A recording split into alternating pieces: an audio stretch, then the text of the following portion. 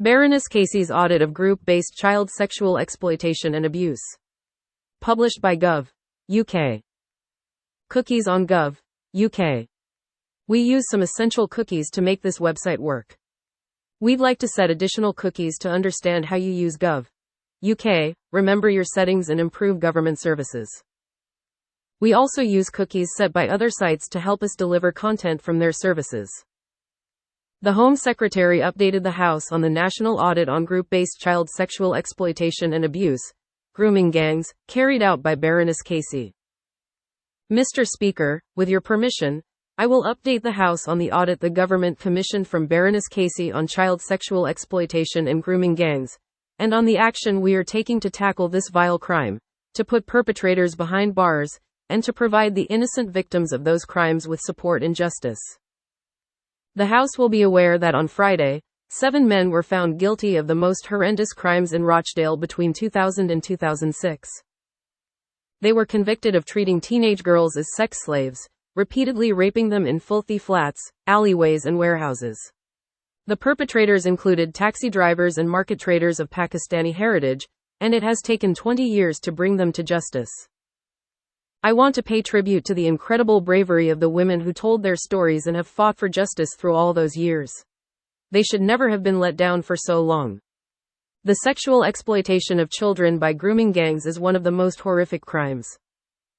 Children as young as 10 plied with drugs and alcohol, brutally raped by gangs of men and disgracefully let down again and again by the authorities who were meant to protect them and keep them safe. These despicable crimes have caused the most unimaginable harm to victims and survivors throughout their lives and are a stain on our society. 5 months ago, I told the House our most important task was to stop perpetrators and put them behind bars. I can report that that work is accelerating. Arrests and investigations are increasing. After I asked police forces in January to identify cases involving grooming and child sexual exploitation allegations that had been closed with no further action, more than 800 cases have now been identified for formal review. And I expect that figure to rise above 1,000 in the coming weeks. Let me be clear, perpetrators of these vile crimes should be off our streets, behind bars and paying the price for what they have done. Further rapid action is also underway to finally implement recommendations of past inquiries and reviews, including the 7-year independent inquiry into child abuse, recommendations which for too long have sat on the shelf.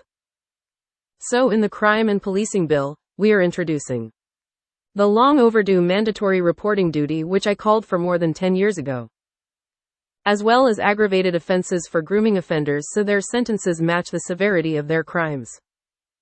And earlier this year, I also commissioned Baroness Louise Casey to undertake a rapid national audit of the nature, scale and characteristics of gang-based exploitation.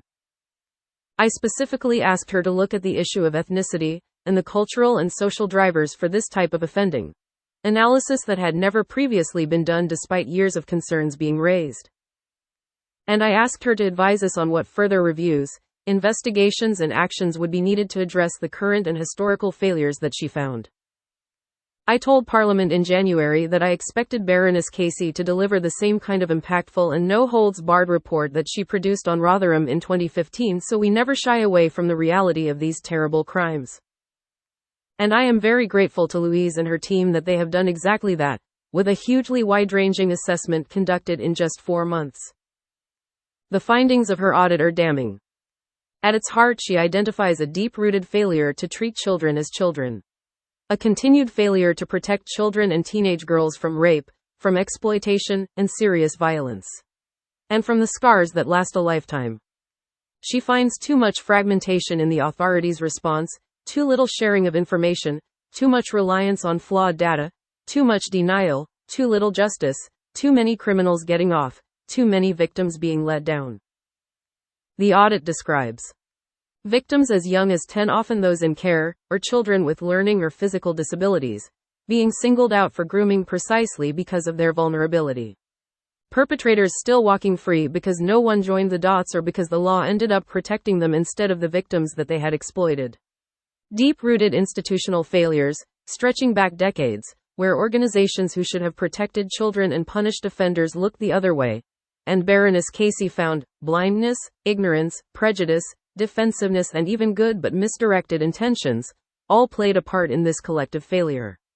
But on the key issues of ethnicity that I had asked her to examine, she has found continued failure to gather proper, robust national data, despite concerns being raised going back very many years.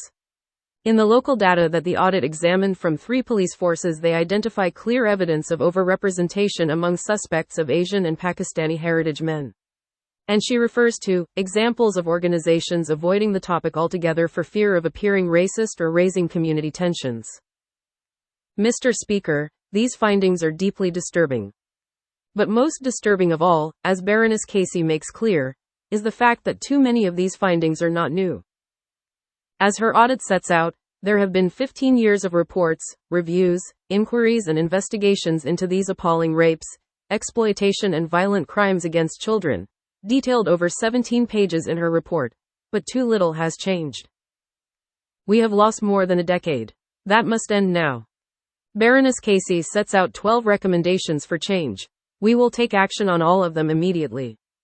Because we cannot afford more wasted years, so we will introduce new laws to protect children and support victims so they stop being blamed for the appalling crimes committed against them.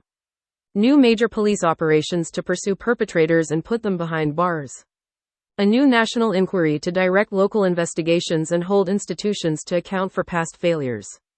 New ethnicity data and research so we face up to the facts on exploitation and abuse. New action across children's services and other agencies to identify children at risk. And further action to support child victims and tackle new forms of exploitation and abuse online. Taken together, this will mark the biggest program of work ever pursued to root out the scourge of grooming gangs and child sexual exploitation. Those vile perpetrators who have grown used to the authorities looking the other way must have no place to hide. So let me spell out the next steps we are announcing today. Baroness Casey's first recommendation is that we must see children as children. She concludes that too many grooming cases have been dropped or downgraded from rape to lesser charges because a 13 to 15-year-old is perceived to have been in love with, or had consented to, sex with the perpetrator. So we will change the law to ensure that adults who engage in penetrative sex with a child under 16 face the most serious charge of rape, and we will work closely with the CPS, Crown Prosecution Service, and the police to ensure there are safeguards for consensual teenage relationships. And we will change the law so that those convicted for child prostitution offenses while their rapists got off scot-free will have their convictions disregarded and their criminal records expunged. Baroness Casey's next recommendation is a national criminal operation. As I have set out, arrests and investigations are rising. But the audit recommends us going further. So I can announce that the police will launch a new national criminal operation into grooming gangs, overseen by the National Crime Agency, bringing together for the first time all arms of the policing response, and will develop a rigorous new national operating model which all forces across the country will be able to adopt. Ensuring grooming gangs are always treated as serious and organized crime. So rapists who groom children, whether their crimes were committed decades ago or are still being committed today, can end up behind bars. But alongside justice, there must also be accountability and action. We have begun implementing the recommendations from inquiries past, including Professor Jay's independent inquiry. And we have said that further inquiries are needed to get accountability in local areas. I told the House in January I would undertake further work to look at how to ensure those inquiries could get the evidence they needed to properly hold institutions to account, and we have sought responses from local councils too. We asked Baroness Casey to review those responses, as well as the arrangements and powers that had been used in past investigations and inquiries, to consider the best means to get to the truth. Her report concludes that further local investigations are needed, but that they should be directed and overseen by a national commission with statutory inquiry powers. We agree, and we will set up a national inquiry to that effect. Baroness Casey is not recommending another overarching inquiry of the kind conducted by Professor Alexis Jay, and she recommends that the inquiry should be time-limited. But its purpose must be to challenge what the audit describes as continued denial, resistance, and legal wrangling among local agencies, and we will set out the further details on the national inquiry in due course. Mr. Speaker, I warned in January that the data collection we had inherited from the previous government on ethnicity was completely inadequate. That data was only collected on 37% of suspects. Baroness Casey's audit confirms that ethnicity data is not recorded for 2/3 of grooming gang perpetrators, and she says it is not good enough to support any statements about the ethnicity of group-based child sexual exploitation offenders at the national level. I agree with that conclusion. Frankly, it is ridiculous and helps no one that this basic information is not collected, especially when there have been warnings and recommendations stretching back 13 years about the woefully inadequate data on perpetrators, which prevents patterns of crime being understood and tackled. The immediate changes I announced in January to police recording practices are starting to improve the data, but we will need to go much further. Baroness Casey's audit examined local-level data in 3 police force areas: Greater Manchester, West Yorkshire and South Yorkshire, where high-profile cases involving Pakistani heritage men have long been investigated and reported, and there they found the suspects of group-based child sexual offences were disproportionately likely to be Asian men. She also found indications of disproportionality in serious case reviews. While much more robust national data is needed, we cannot and must not shy away from these findings. Because, as Baroness Casey says, ignoring the issues, not examining and exposing them to the light, allows the criminality and depravity of a minority of men to be used to marginalize whole communities. The vast majority of people in our British, Asian and Pakistani heritage communities continue to be appalled by these terrible crimes, and they agree that the criminal minority of sick predators and perpetrators in every community must be dealt with robustly by the criminal law. Baroness Casey's review also identifies prosecutions and investigations into perpetrators who are white British, European, African or Middle Eastern, just as Alexis J's inquiry concluded that all ethnicities and communities were involved in appalling child abuse crimes. So, to provide accurate information to help tackle serious crimes, we will make it a formal requirement for the first time to collect both ethnicity and nationality data for all cases of child sexual abuse and exploitation. And we will commission new research into the cultural and social drivers of child sexual exploitation, misogyny and violence against women and girls, as Baroness Casey has recommended. The final group of recommendations from the audit is about the continued failure of agencies that should be keeping children safe to share vital information or act on clear signs of risk. Worryingly, the audit finds that whilst reports of child sexual abuse and exploitation to the police have gone up, the number of child sexual abuse cases identified for protection plans by local children's services has fallen to its lowest ever level. But no one has been curious as to why. And the audit details an abysmal failure to respond to 15 years' worth of recommendations and warnings about the failings of interagency cooperation. So we will act at pace to deliver on Baroness Casey's recommendations on mandatory sharing of information between agencies and on unique reference numbers for children, the work already being taken forward by my Right Honourable friend the Education Secretary. And my Right Honourable friend the Transport Secretary will also work at pace to close loopholes in the law on taxi licensing. Finally, I want to respond to 3 other important issues identified by Baroness Casey in her report but where she has not made specific recommendations. On support for victims, my Right Honourable friend the Health Secretary will fund additional training for mental health staff in schools on identifying and supporting children and young people who have experienced trauma, exploitation and abuse. Secondly, Baroness Casey reports that she came across cases involving suspects who were asylum seekers. We have asked her team to provide to the Home Office all the evidence that they found, so that immigration enforcement can immediately pursue individual cases with the police. But let me make clear, those who groom children or commit sexual offences will not be granted asylum in the UK. We will do everything in our power to remove them.